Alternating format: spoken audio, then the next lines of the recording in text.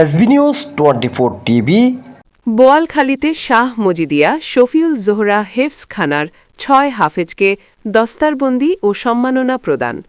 SB news 24 টিভির সাথে আমি আছি নাসরিন সুলতানা। এবার বিস্তারিত সংবাদ। সামিআল্লাহু লিমান হামিদা। আল্লাহু আকবার। পবিত্র মাহে রমজানের রহমতের ১০ দিনের মাথায় খতমে কুরআন তারাবি শেষে চট্টগ্রামের বোয়ালখালীতে শাহ মজিদিয়া শফিউল জোহরা হেফজ ও এতিমখানার ৬ জন হাফেজকে দস্তারবন্দি অর্থাৎ পাগড়ি পরিয়ে এবং দোয়া মাহফিল অনুষ্ঠিত হয়েছে।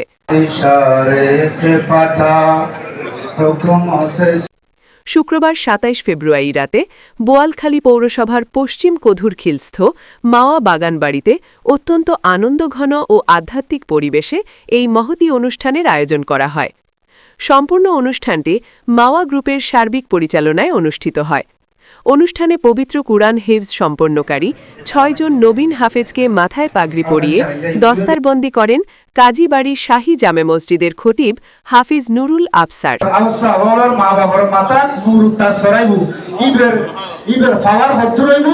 দুনিয়ার জমির মই জিবে সূর্য আছে সূর্য ইবে তুন আরো কোটি গুণ ইবের পাওয়ার আরো বাড়ে যাবে উপরে গুণ পাওয়ার।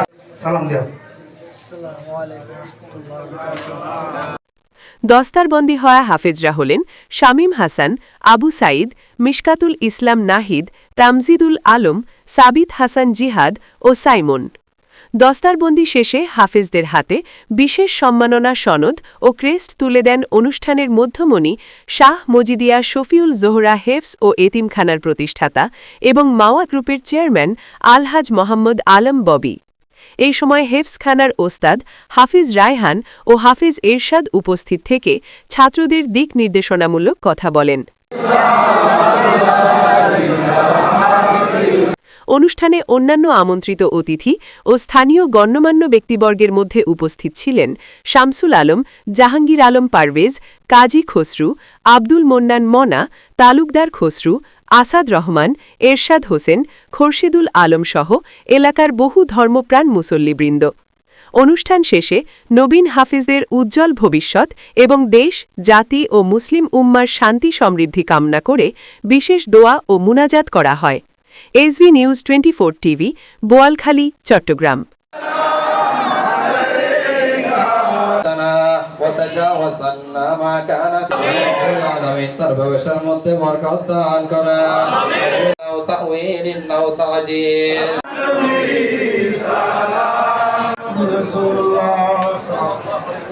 আমিন।